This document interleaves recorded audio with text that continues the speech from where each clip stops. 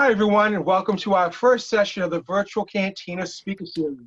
We have a great fall series of speakers lined up for you, starting with this week's guest, artist Cliff Cramp. Cliff, thank you for being with us today. Thank you for having me. It's a great pleasure. Cliff, Celebration Chicago was, a lot of people we've talked to, one of their favorite celebrations that's happened. And one of the most common pieces of feedback I get is that people talking about visiting you in Artist Alley, and that it was the first time they had a chance to meet you. And it felt like for a lot of us that this was our first introduction to you. What was that experience like, being at Celebration Chicago, having a booth, and being surrounded by all those fans? Well, it was, well, I'd never, I go to Comic-Con.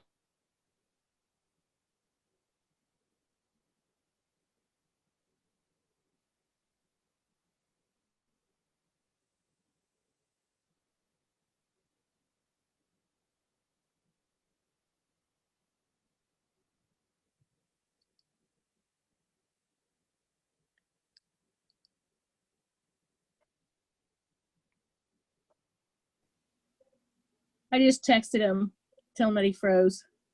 Thanks. Okay, so it wasn't me. Okay, cool. Should I His press? sister to the rescue. That's all I gotta say. All right, should I press pause? Yep. Ow.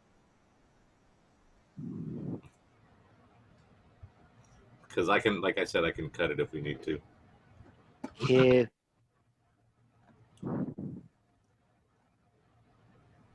Who was that had the question? Is it John or Jeff?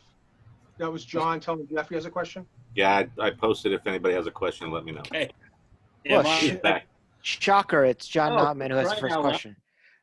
the Zoom special. Hey, So, I love Okay. Zoom. so can you hear me now? yes, we can.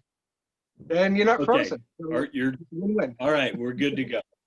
All right. So things that Star Wars Celebration really was the kind of the family-oriented community that is the Star Wars fandom, and it was really special because I was able to bring my out to Chicago, and it was my first Star Wars celebration. So this was my first introduction to the serious fandom. You know, I've seen it at Comic-Con and WonderCon where I've boothed. But it was kind of funny. Jerry Van, who's a good friend of mine.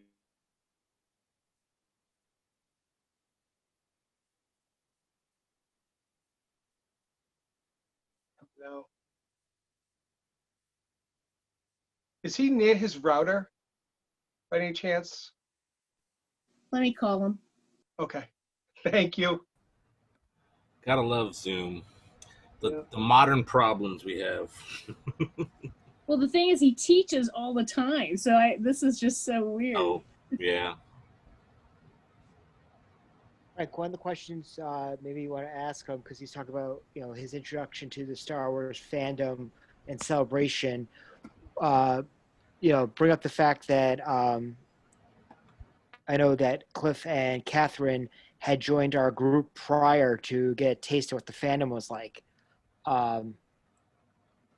Little shameless plug for us. Yeah, we'll ask out the group. We'll do something.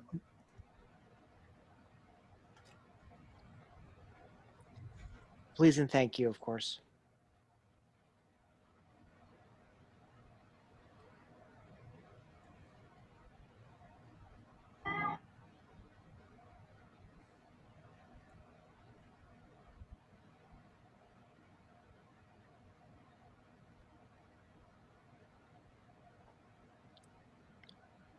So am I back on?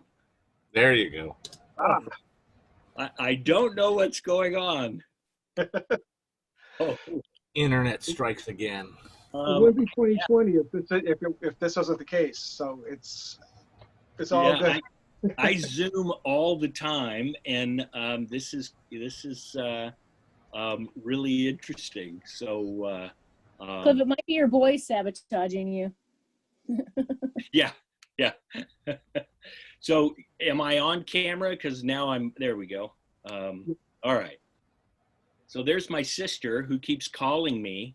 Oh, I'm sorry. Not That's right. the problem is I think my sister's calling me and interrupting my my session. Um, okay, good grief. So sorry about the technical difficulty. I work in technical media all the time, and um, this is hopefully we can keep going. But the funny thing was Jerry Vanderstelt basically said, "Hey, are you going to Star Wars Celebration?" I was like, I don't know. I don't have full booth. So he basically convinced me. His wife said, "Oh, we have a great time."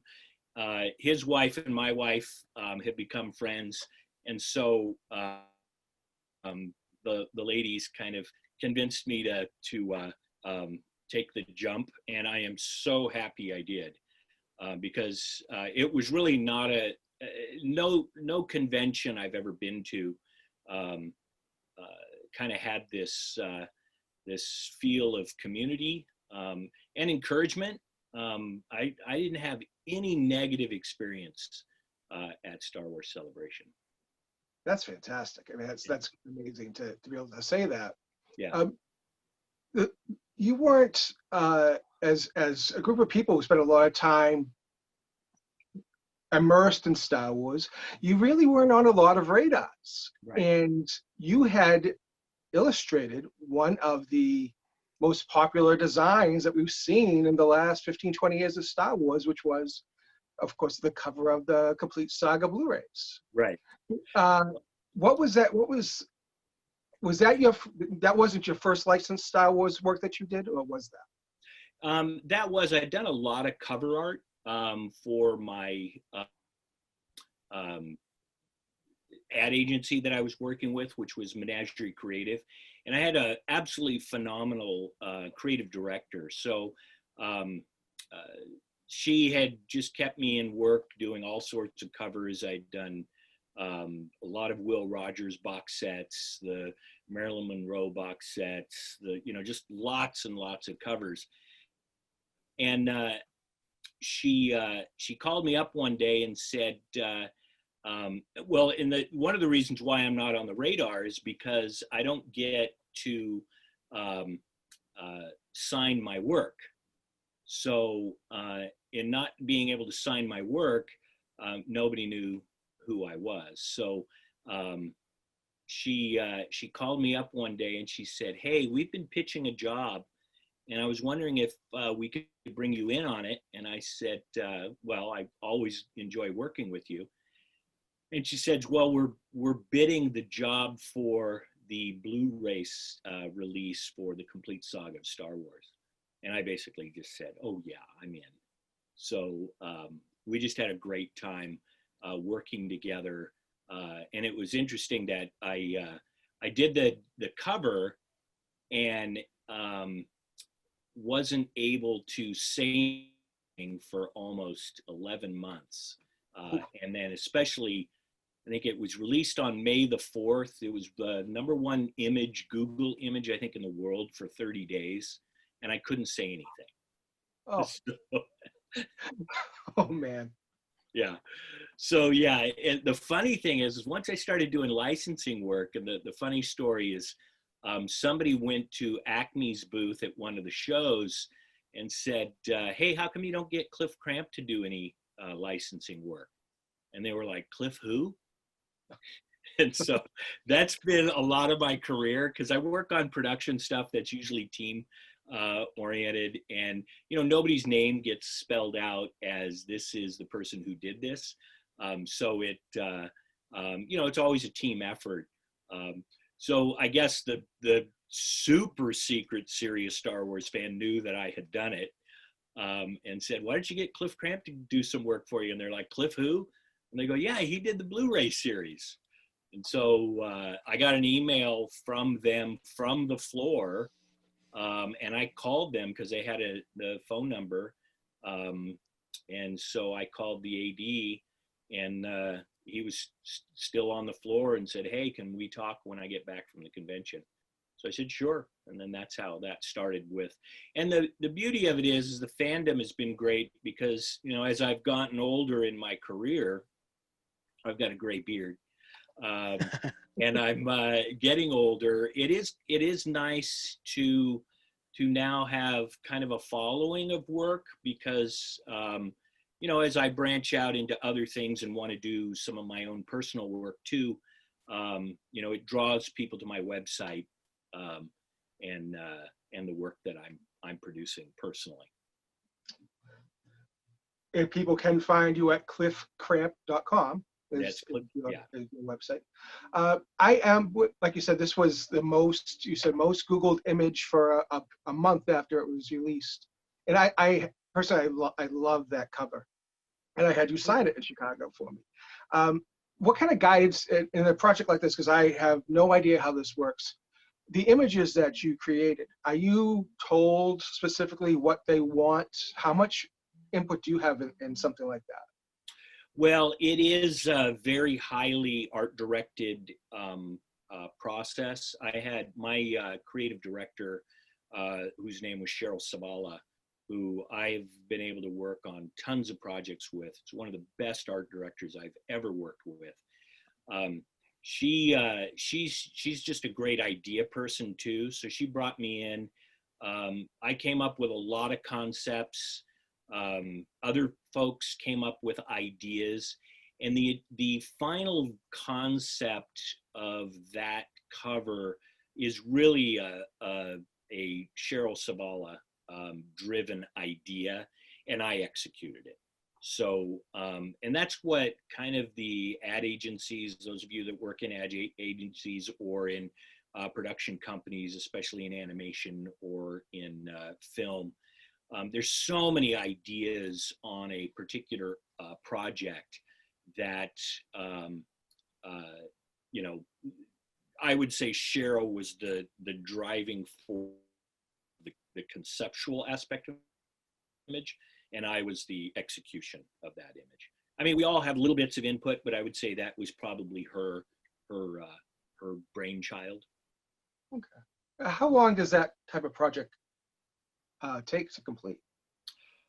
Well, review is huge. I generally, you know, a lot of the work I do that you see on my website, I'm really fast.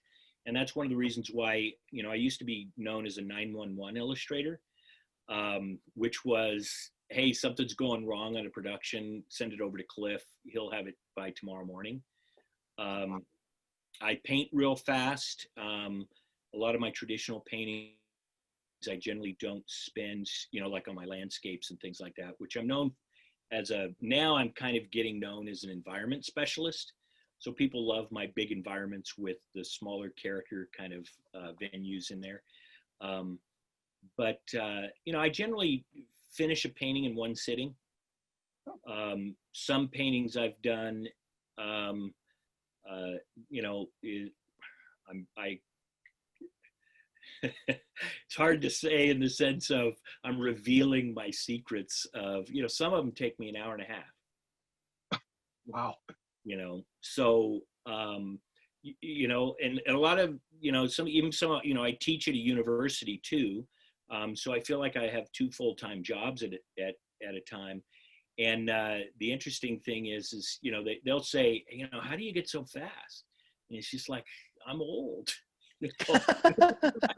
I've been doing it for a long time, and you learn basically the strategy. And I basically, that's what I teach is students to comp up an image real quick. So usually on a project like the Blu-ray cut, what takes the longest is the eyes that get on the image.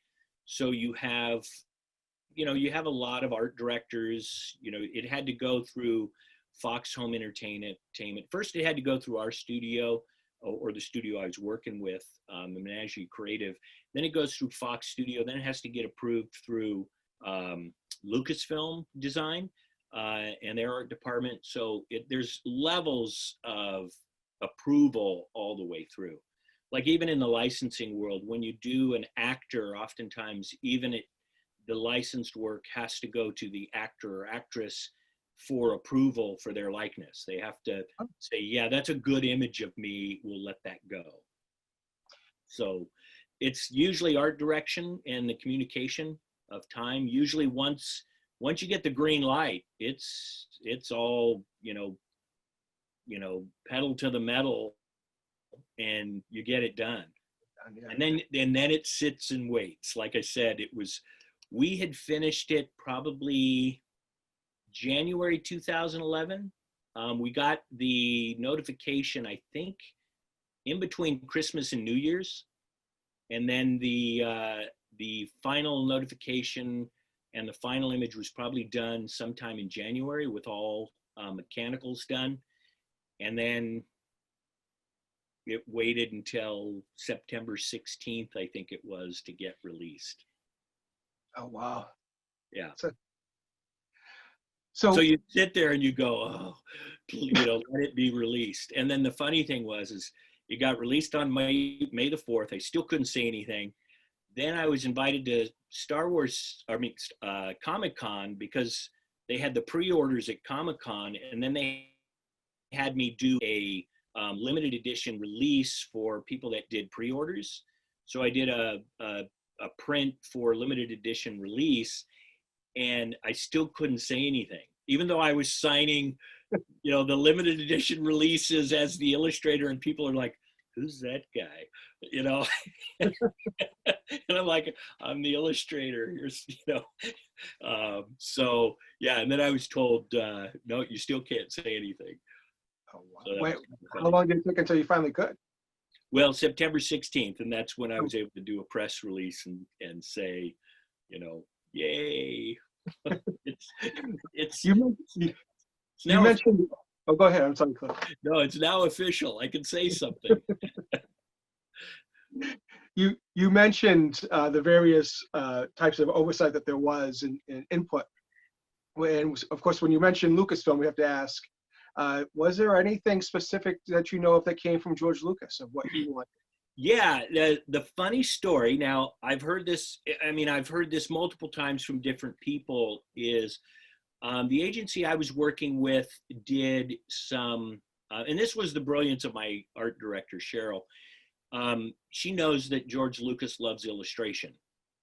And this is the story I've gotten. Okay, so I'm repeating the story that I've heard. All right, I don't know how perfectly accurate it is, but this is the story I've heard.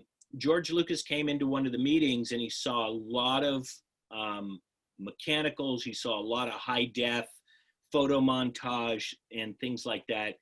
And there were 3 agencies that were bidding for the job. And he looked at their initial comps, and I guess he wasn't super satisfied. I want to see a pink Vader. And people are like, what? My art director knew exactly what he meant. He meant, I want to see something different. And here we're dealing with Blu-ray, high def, and my art director's going, he loves illustration. We're going to give him illustration. So they went to work, we went to work. We put together 3 mechanicals for the final pitch, and our agency got all 3.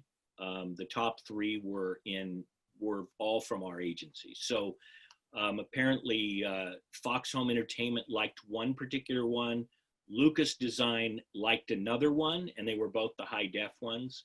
And they had them all on a wall, apparently, up at Skywalker Ranch. And then Mr. Lucas walked into the room, and he kind of looked around the room and said, that's the one I want.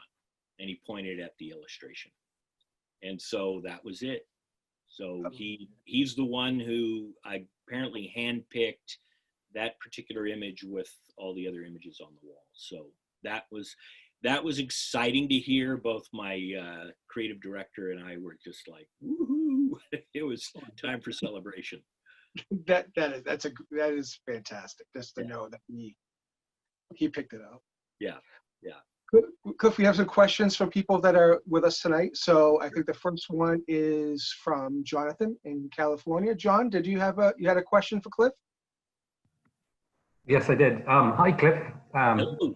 Thank you for joining us. It's an absolute thrill. Thank you. I was lucky enough to see some of your work in Chicago. It was just wonderful to see that in person, first and foremost. I've seen a lot of your illustration artwork, particularly for Star Wars and Middle Earth, which I love, by the way. But my question is, I personally have drawn some parallels between a lot of your illustration artwork and Ralph McQuarrie's. And I hope that's a compliment. There can't be a better compliment.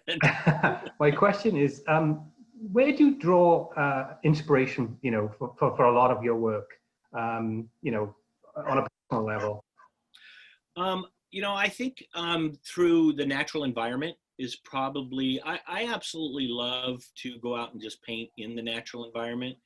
So days when I'm not working on a project, I'll sometimes post an email saying, hey folks, I'm going to be, at the beach, at this particular beach painting.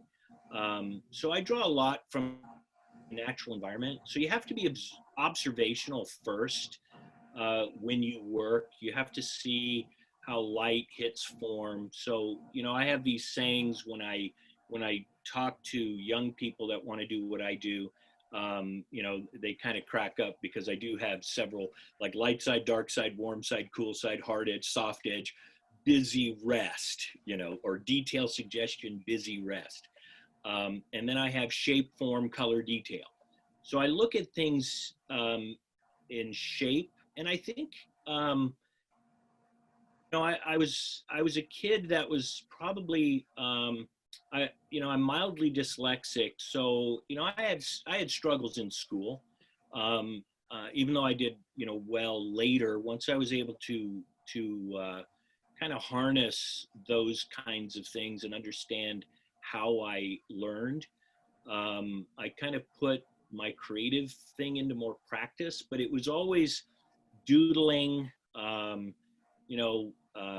but it always comes from observation first. So I look at the natural environment first in order to then make up stuff, make up fantastical worlds, as far as even man-made mechanical things. I'm a student of design history, furniture, So when I look at Lord of the Rings work, I look at, okay, the entirety of the elven world was based on the Art Nouveau design period. And then you look at and that's just brilliant, where the concept artist said, all right, I'm going to take this design period that people are familiar with and give it to this elven world. And then I'm going to take this other design motif, Art Deco, and give that to the dwarven world. And so,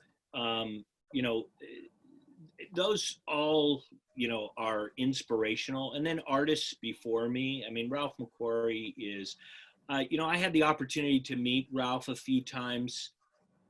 What an absolutely gracious man he was. And, it's unfortunate I have his big giant book that I wasn't able to get it signed by him. But I was working on having a retrospective show of his at our university when he passed. And that just broke my heart because Ralph is definitely a trailblazer. I really call him and Sid Mead probably the two first, real visual development artists for film that, there was always artists that were storyboarding and coming up with ideas and doing prop designs and things like that. But they kind of blazed the trail for those folks that are now doing visual development for these great films. And so, yeah, I look at the Golden Age illustrators. I'm a huge fan of Frank Schoonover, Dean Cornwell, Howard Pyle, N.C. Wyeth. They're all, Harvey Dunn is probably one of my favorite illustrators. who taught Dean Cornwell. So there's kind of a tradition there of and I'm a firm believer of hand up, hand back in one's career. And I tell my students, don't be so prideful to not ask for help or seek a mentor. And then, don't be so selfish not to give help once you've succeeded. And so that's important, inspiration comes from so many different things. It comes from people, comes from relationships. I have one of the most supportive wives that you can ever imagine. I mean, she watched me change like a career from a family business in my early 20s to becoming an illustrator, and I guess a successful illustrator, and then an educator. And, she's been super supportive. So inspiration comes in relationships of, the coach and the critic. So somebody who can come by you and put their arm around you and encourage you along when you're feeling a little bit discouraged in the lack of work, or maybe a season of where you don't feel like your work is moving in the right direction.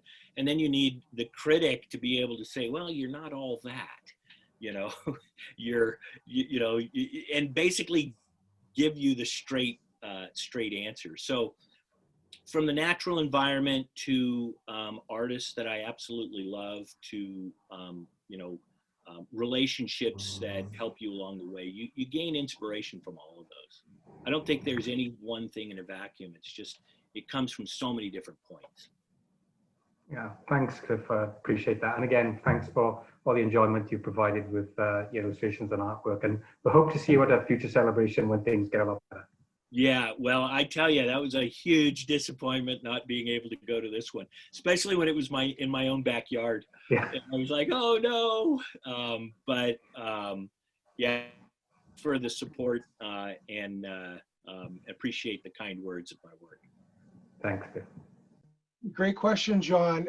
Why don't we go, Carl? I believe Carl had a question as well for Cliff. Do you want to pop on and ask a question, Carl? Hey, Cliff. Great seeing you. I am just, first off, I think you know how big of a fan I am of your art. Your art is fantastic. And I think I really wanted to just kind of ask you, I know your art has such a big start in landscapes, and like even when I see like the piece of the commute home, I mean, it looks like just a beautiful landscape that, you just pop the land speeder right in there and it changes the whole piece, really. Right. And I kind of wanted to know, did you start off as just doing landscapes? Because it almost seems that way. No. And then if you did turn, what made you turn into, were you always a fantasy fan? Did you always love sci-fi? Always loved fantasy. I was a huge Frank Frazetta fan of his work. I had all of his books. I had, my sister can attest to this, I had swords and maces on my wall and all the kind of the fantasy stuff, and I loved all of that. No, actually, I was more character driven and more narrative driven with characters in my early work. I used to do a lot of Civil War illustrations and historical illustrations. Unfortunately, all that stuff burned up in a fire that I had in 2000. I lost about 10 years worth of work. The environments came along kind of a little bit out of necessity. I would say that I was much more of character-driven illustrations, and then the industry kind of changed a lot with Photoshop, and a lot of people moving to digital illustration, which I eventually did also. But I was looking at a lot of jobs kind of drying up, and so I've worked in a lot of different fields within illustration. So I kind of looked around and thought, where can I go to get work? And that was in animation, doing backgrounds. So I was a painter, come out of an illustration, And so it was like, I can do environments. So I started working on some shows. I got to do some work on Cat Dog and Sherlock Holmes in the 22nd Century and Angry Beavers and SpongeBob stuff. And, so that kind of launched me into doing backgrounds for money, for paid work. And then to really kind of hone my skills, I started going out into the landscape. So I thought, well, I'm doing backgrounds. Maybe I'll go into background painting. And I was doing that freelance. And so, yeah, I started doing a lot more landscapes. But I still, as you know, looking at my work, I still am very much into doing the figure and character work. It just seems like, part of what I do too is audience driven. So now my art directors for the licensing companies kind of have an idea that, hey, everybody loves Cliff's environments. And I don't mind that because I love painting environments. But every now and then I'm like, but I got these really cool character pieces too. I've got, Theoden, and it's great. And I think people would love it. And they're like, no, but we really like these big vistas. And so I'm like, okay. And, they do very well. So, my Lord of the Rings stuff sells out in almost 24 hours when they release them. So, I'll keep painting environments because I love them. But yeah, there's a little bit in me that wants to go, hey, can I just do some characters? I have a piece under review right now that is character driven for Star Wars. So hopefully that gets approved. Well, whenever you want to sell me that armorer piece, I'll be waiting for you. All righty. Cliff, speaking of characters, I'm on your website and you have a section called Family Fun Portraits. Yes. I love this. I absolutely love this. Can you tell folks a little bit about that? Well, I wish I would have started earlier, but I started, I think it was probably around 2011-ish, maybe 2010. I can't remember. But I started doing a family portrait every year with my family. And part of it was just to see my family grow. And then also to see my wife not age, but me age. So that's kind of the jab at me where everybody walks through. It's in our stairwell. So all of the paintings go up our stairwell from year to year. So we picked something that I haven't done 2020 yet. So it's like we did the Crampables, I think was the first one for the Incredibles. Yeah. We did a steampunk Cramp. We did Civil War Cramps. Let's see, we did Stranger Cramps for Stranger Things. So anything that we're kind of geeking out on to that year. Last year, we're total hockey fans, so yeah, both my teams were out of it in April, so they didn't even make it to like the preliminary round. So my hockey season was over a long time ago, but we enjoyed watching the Stanley Cup. So last year, yeah, we did hockey. So it was just a way to kind of document, maybe have something for my boys to. I think in a few years, they loved it to begin with. And now when I say, hey, we're going to do a family portrait, they roll their eyes like, oh, Dad. I think in maybe 5-6 years, they'll think it's cool again. Yeah. Cliff, one thing I don't want to forget this. We want to thank you because you and your sister have been very active members in our Celebration Facebook group. And that's something we really appreciate. Well, did you joined before going to Chicago? I think you joined us. Uh-huh. Yeah. It was actually, I joined because I was such a newbie, and you guys were giving out such great information on, what to bring, what to do, we were checking that all the time. I haven't been, because I'm just colossally busy right now, I haven't been as active in the last month and a half as I would like, but Oh yeah, you guys. And you know, the other thing is, I have to commend you guys and moderate the form. A lot of places go unmoderated, and it just becomes a free for all, and it's no longer fun to be part of it. I really, you know, appreciate that. It's really about friends. It's about kind of the fandom, and that's basically really kind of what set me off in a good mood or a good attitude of going to Star Wars Celebration, is because people were totally excited.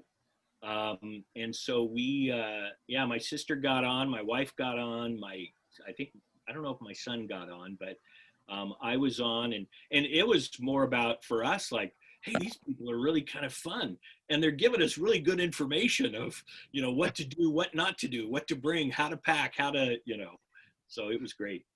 Well, we were very glad that you became a member of our group, and I felt very fortunate getting to meet you in Chicago personally after chatting several times with you and your sister prior.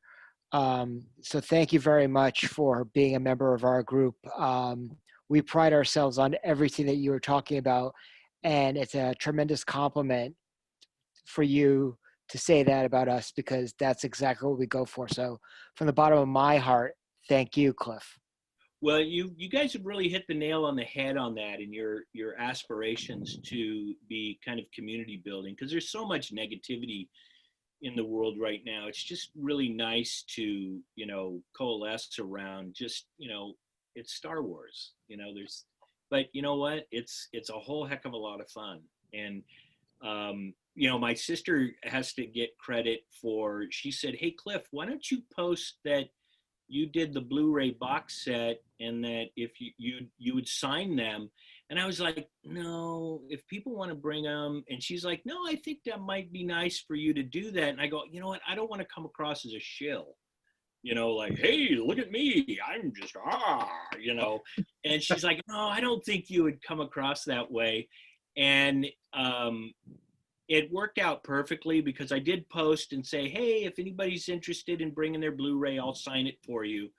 And the fans reacted in the positive way. I was worried that fans would be a little more cynical, like, he just wants to get people to my booth and earn a buck and all that kind of stuff. And you know, I kind of try to avoid that type of reputation, is, you know, just to, you know, turn a buck, and because I really enjoy what I do, and I do get paid for what I do, and you know, I just want to make my money back at the shows. But yeah, that credit goes to my sister, because she's the one who came up with that idea of saying, why don't you do it? And initially I was like, no, I don't want to be that guy, but it worked out great. Well, first off, I love the word shill. So great use of that word. I use that quite often as well. But I mean, I recall being at your booth several times throughout the weekend, and in the midst of, you know, your painting, people lining up with the Blu-ray to get it signed, and how accessible and excited you felt. And you had a prime location too. So, you know, as far as, you know, the artist alley is concerned. So, you know, thank you for sharing your gift, and also, you know, thank you for being a member of our group, because having you part of it and having you as accessible as you are makes us that much closer to the saga that a lot of us grew up on. And we see that your vision in our childhood, you know, through your eyes. So thank you very much for that. Thank you. You know, and some of the best part of that too was the kids that came up. And, you know, I had a young lady who came up and she says, how do you draw that? And so I said, well, you want me to show you? And it was just a pleasure to get down on your knees and kind of start to doodle and show them how you construct a figure or an image. And so, you know, that's why we're there. Because I know at Star Wars, you know, my dad grew up, my dad's Cherokee Indian and my mom's German. My dad grew up dirt floors, Oklahoma.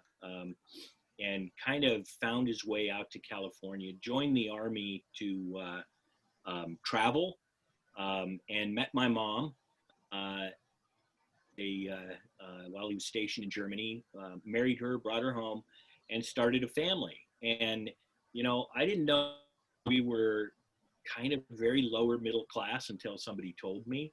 And so my dad really worked and worked and worked and worked. And he kind of was a bit of a workaholic for his family because he was the only wage earner. And he came home one day early from work, and I think I was a freshman in high school at the time. He came home early on a Friday, and we were all wondering, why is Dad home? What's he doing? And he said, hey, you guys want to go to the movies? We're like, what? We don't do that. And he goes, there's this new movie out right now that's all the rage. Do you guys want to go? And my brother was in football practice, so he didn't go. I can't, Catherine, I don't remember if you went, but it was me. I believe it was just me, my mom, and my dad went and saw Star Wars in 1977. And I remember that, you know, the scroll going on, and I was just like, winning the ship. Yeah, I'm like, no way, this is unbelievable. And that's where, I mean, my Star Wars, I mean, it was just like a hook, you know, that pulled me in.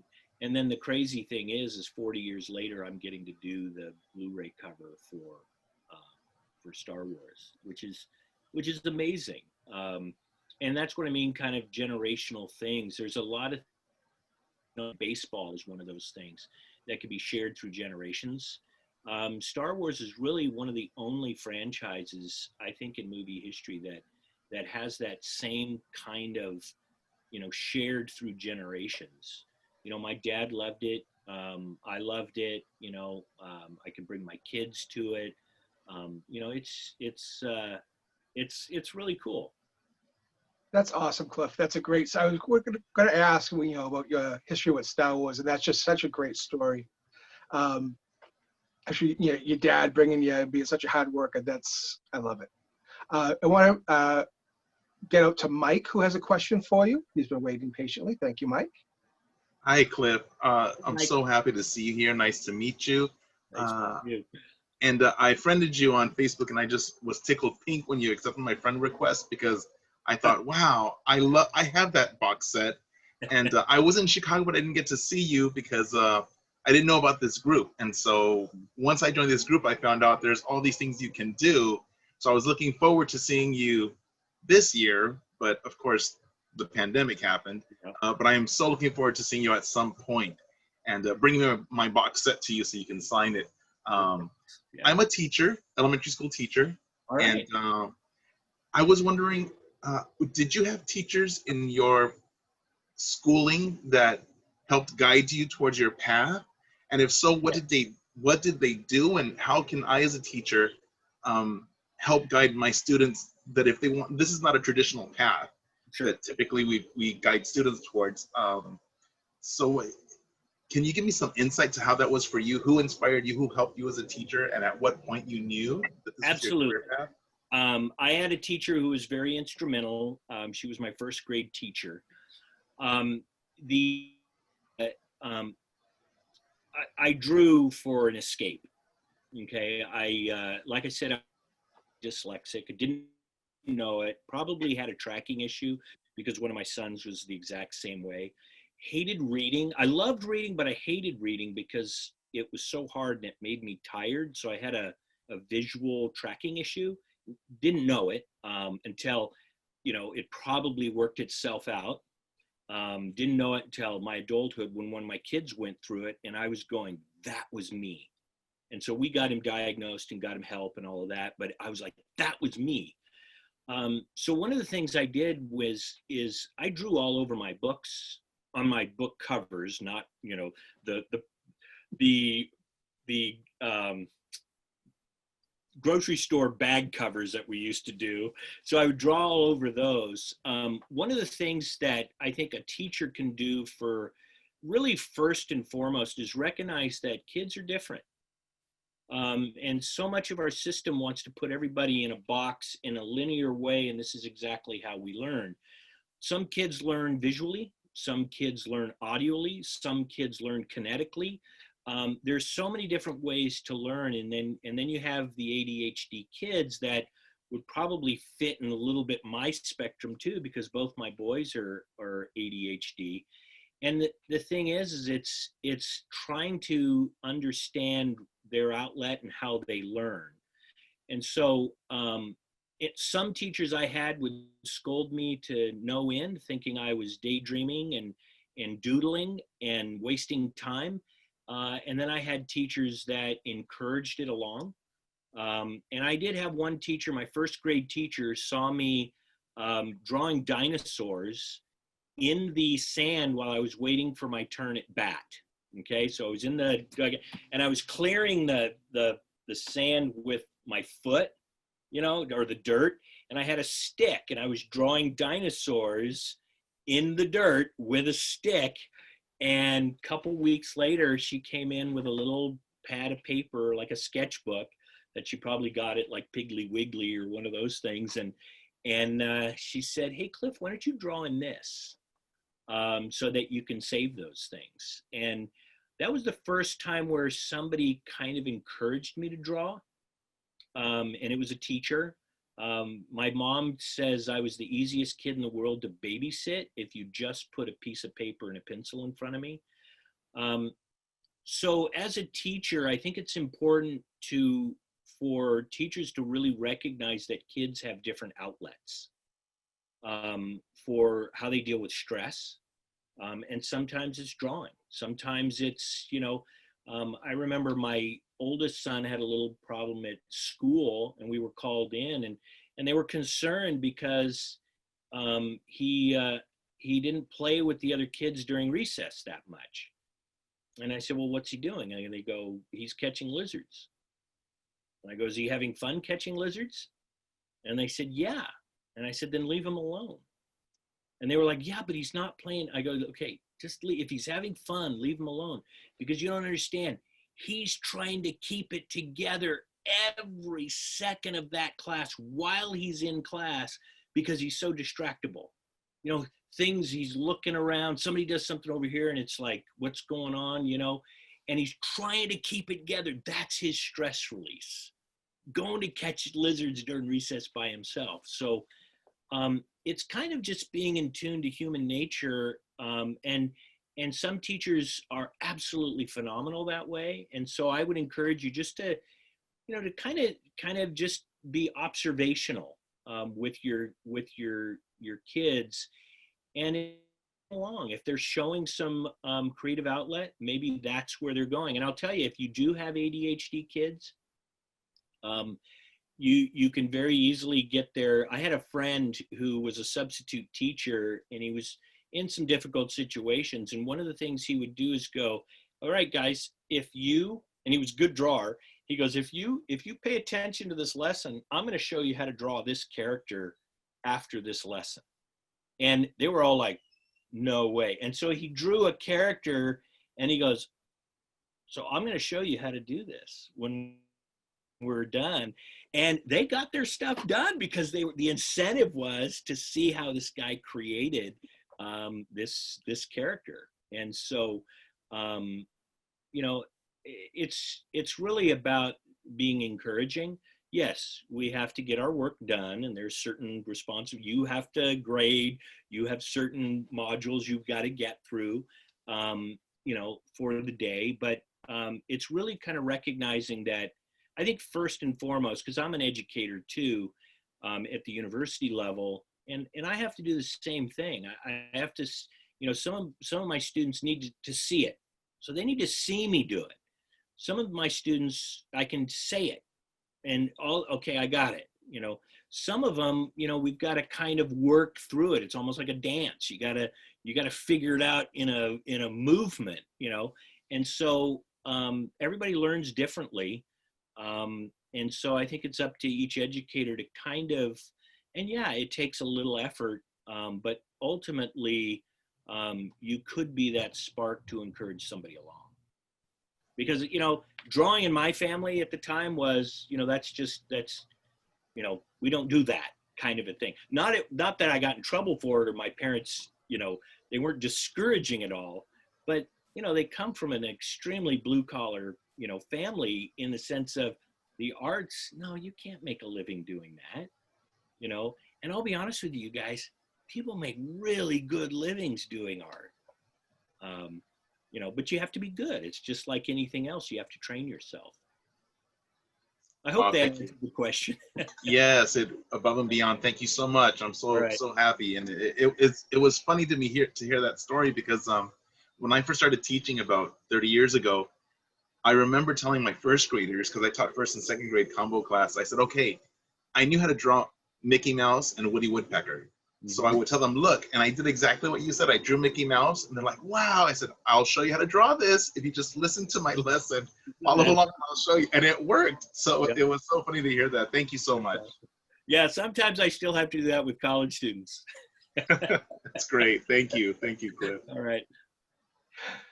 Cliff, a little while ago, you mentioned Acme, and maybe some folks aren't familiar with that company and how they relate to artists when it comes to Star Wars, because you've had some pretty cool pieces up with them. Could you talk a little bit about that and what you've done with them? I think I have probably 50 plus pieces in Acme's catalog. Acme was the company that said, hey, Cliff Cramp's not doing any work over there.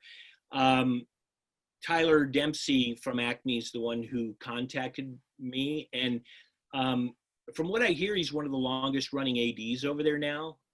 So I credit him for bringing me on. And Tyler's just a really nice guy, and loves his kid. And so, I've been working with Acme for a while now. And Acme is the sole licensor for all Star Wars fine art. They're the only ones that license Star Wars fine art. Now, when you see it being licensed through other companies, they are generally sub-licensing through Acme. So I'm with Acme, so my contract is with Acme and Lucas, whereas generally other companies that are doing work will sub-license through Acme. So it has to go through Acme for approval and then on to Lucasfilm for approval. So there's an extra step for some of the other folks. I know Sideshow has a Mythos series that's direct to Star Wars, I believe, but even Sideshow's stuff and other stuff the fine art stuff has to go through Acme. So they're the sole licensor of Star Wars fine art. Thank you for explaining that, because I think a lot of us see the Acme area at Celebration, but maybe don't realize the extent of the license and how that all works. So that's, you have a piece with IG-11 for The Mandalorian and the Baby. That was an Acme Yes. product that you sold, right? You were able to sell that? Yeah, well, that one got approved through Acme and through Lucasfilm. So my process, it goes to Tyler. Acme discusses it, whether it goes forward or not.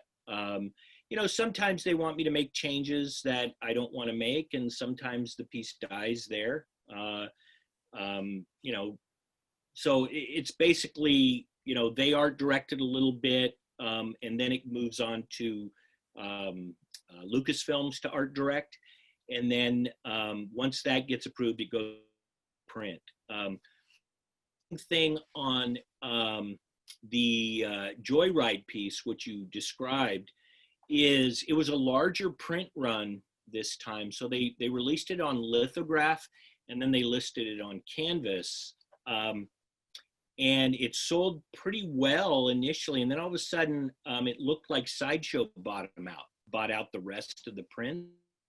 Or I don't know how it wasn't explained to me, but then Sideshow basically was able to obtain a large number of the print run, and they sold them out, it looks like, pretty quickly. So I don't know how many of the Joyride pieces are still out there, because all I see is all sold out. That was a real fun piece to do. Oh, the reaction to it was excellent. People loved it. People Yeah. loved it. That was a perfect captured a perfect moment in that series. Yeah. Let's see. Do we have any other questions with people that are here before we start to wrap things up? So you mentioned that the Sideshow bought a lot of that print. How can people who are interested in buying your works that are available for sale, what's the best way that people can do this? Oh, somebody has it. Acme, yeah, there it is. I mean, it is one of my favorite pieces. So And it's framed. It's already yes, and then we got the little certificate of authenticity awesome. right next to it. So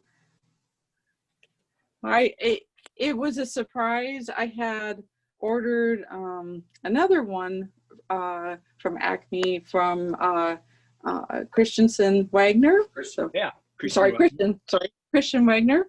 And so I had that one, and then so he knew he was getting that one for his birthday. But then Joyride, I was like, that is so much fun. I love the action and the movement in it, and you're one of our favorite artists. So, and that was a surprise. So we got it framed and in our little corner. So, well, thank you. Thank you. Appreciate it. So yeah, Frank, the pieces can be purchased through Acme. I have some on my my store through my website. So I do sell some of I sell some of the originals through my website. I have a whole bunch that are, because George Lucas gets first rights of refusal for originals. So I have a whole bunch of originals that I think are still, in the hopper for, Mr. Lucas to say no to, and then I can sell those to the general public. So those are generally on my my website, cliffcramp.com, and then Acme sells a wide variety of my prints. I think Storming Troopers is out altogether. I'm the only one that has Storming Trooper lithographs still. And I haven't put them on my store because I was planning on bringing all those to Star Wars Celebration. So I haven't updated my store since Star Wars Celebration got canceled, because I had a whole bunch of stuff that I wanted to just bring to Star Wars Celebration so that the fans that came to Star Wars Celebration can have the APs that I have or that are already sold out everywhere else. And I just have a few left. So yeah. So those will probably eventually go up on my store, which is doing this is a good reminder. I've got to update my store with those images. So I don't have Joyride up on the store yet. But people might be able to find that up there at some point. Yeah, that, or if you sent me a direct message and said, hey, I really want to buy one of those Storming Trooper lithographs. Do you have any left? Sure, I get that a lot too. Like my Lord of the Rings stuff, I'm the only one that has a lot of the older Lord of the Rings stuff that I've done because it's all been sold out through the licensors.